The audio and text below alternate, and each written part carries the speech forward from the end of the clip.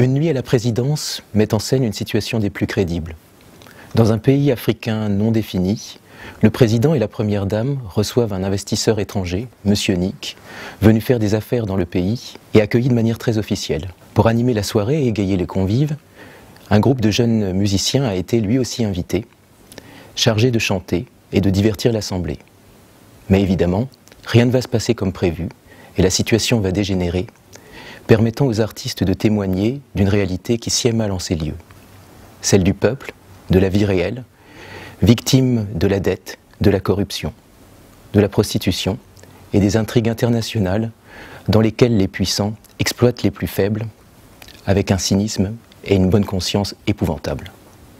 C'est moins ici le procès de la France-Afrique et de la décolonisation que celui du capitalisme mondialisé qui a fait de l'Afrique son laboratoire pour y tester les solutions les plus froides et les plus inhumaines. C'est pour cela que ce qui se joue en Afrique nous concerne tous. Non pas pour éveiller la pitié chez nous autres censément nantis, mais pour permettre une prise de conscience du fait que les exclus, ici et là, ne sont pas en concurrence, mais font cause commune face aux mêmes exploiteurs. Point de pathos non plus, puisque la forme du cabaret politique, dans laquelle la musique joue une place très importante, rend l'ensemble vivant, dynamique, et incite chacun à une prise de position courageuse. Le texte d'une nuit à la présidence a été mis en scène et écrit par Jean-Louis Martinelli à partir d'improvisations effectuées avec les comédiens. À l'été 2001, quelques mois avant de prendre la direction du théâtre Nanterre-Amandier, il effectue son premier séjour au Burkina Faso pour travailler avec Moussa Sanou, un homme de théâtre africain qu'il ne connaît pas encore. Au fil des années et au gré des rencontres, les collaborations se poursuivent et de nouveaux liens se nouent. On les retrouve dans une nuit à la présidence, avec évidemment Moussa Sanou, Odile Sankara, Blandine Yameogo, Nogondo Ouedraogo, et Relema et Bila Kakora pour la musique, qui ont participé à de nombreux autres spectacles du même metteur en scène. C'est aussi ce travail durable avec ceux qui sont devenus des compagnons et des complices, qui permet à une nuit à la présidence de se transformer en une farce brechtienne et une véritable interrogation esthétique et politique, qui a pour but de transformer notre regard et de poser les vraies questions. Le travail qui devait mener à l'élaboration du spectacle commence dès juin 2012, à l'occasion du festival Siaben, qui s'est déroulé à Bobo-Dioulasso, lors d'un stage regroupant une dizaine de chanteurs et d'acteurs. L'idée de départ consistait à mettre en espace une partie du film Bamako d'Abderrahmane Sissoko, qui fait le faux procès d'un vrai crime, l'exploitation du Sud par le Nord et son pillage. Mais très vite, le véritable enjeu s'impose de lui-même. Écrire un vrai faux procès du capitalisme financier à partir des improvisations des participants, tous décidés à prendre la parole pour dire l'Afrique d'aujourd'hui avec ses mots et ses espérances.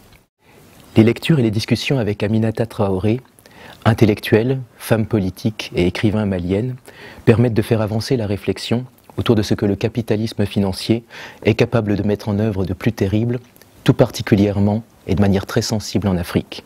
On pensera peut-être encore une pièce politique engagée et qui soutient une thèse. C'est compter sans la force, le dynamisme et la puissance d'entraînement de la musique. Relema, habitué à mêler la musique africaine et les sons du monde entier, et Bila Kakora, véritable icône de la musique au Burkina Faso, prêtent leur talent et leur sensibilité au spectacle, transformant le réquisitoire en un cabaret plein de vie et d'énergie. Comment d'ailleurs faire se rencontrer sinon deux mondes que tout oppose, le monde de ceux qui décident du fond de leur palais, de ce qui adviendra des autres, et celui des petites gens dont les artistes font partie, et qui subissent de plein fouet, comme le reste du peuple, les décisions des premiers. Ceci permet aussi de mettre en évidence à quel point l'art et la création sont tributaires des conditions réelles d'existence, sociales, politiques et économiques, et de témoigner d'un quotidien, parfois tragique, qui est celui des individus exclus des processus de décision. C'est la même différence qu'on retrouve entre deux discours aussi opposés que possible. Celui de Nicolas Sarkozy, prononcé à Dakar le 26 juillet 2007, avait été perçu comme une gifle et une humiliation infligée à tout le continent noir. Le président français de l'époque proposait à la jeunesse africaine d'élaborer une stratégie commune dans la mondialisation pour préparer l'avènement de leur Afrique, rappelant, après un mea culpa de façade, que le colonialisme n'était pas responsable de toutes les difficultés actuelles de l'Afrique, ni des guerres que les Africains se font entre eux. Le tout se terminant par une leçon sur la réalité de l'Afrique. En regard, le discours de Thomas Sankara, le 29 juillet 1987, au sommet de l'OUA à Addis Abeba, faisait entendre une toute autre voix. Il rappelait que la dette était une reconquête, à peine masquée, de ce que les puissances coloniales avaient été contraintes de lâcher, que la dette ne pouvait pas être payée sans faire mourir l'Afrique et les Africains, et que ceux qui veulent exploiter l'Afrique sont les mêmes qui exploitent l'Europe. Une nuit à la présidence est donc un spectacle qui propose une véritable interrogation politique, mais qui ne se prive pas non plus de questionner la place de l'art et des artistes au sein du contexte économico-politique mondial. Si leur fonction se borne à accompagner l'insupportable et à le rendre présentable, c'est un scandale. S'ils doivent être les porte-paroles d'idéaux esthétiques abstraits et désincarnés, c'est une hypocrisie non moins grande. Ils sont peut-être là, au fond, pour faire entendre l'extraordinaire capacité de résistance des humains et leur créativité face à l'injustice du monde tel qu'il va, et pour appeler chacun à résister lui-même.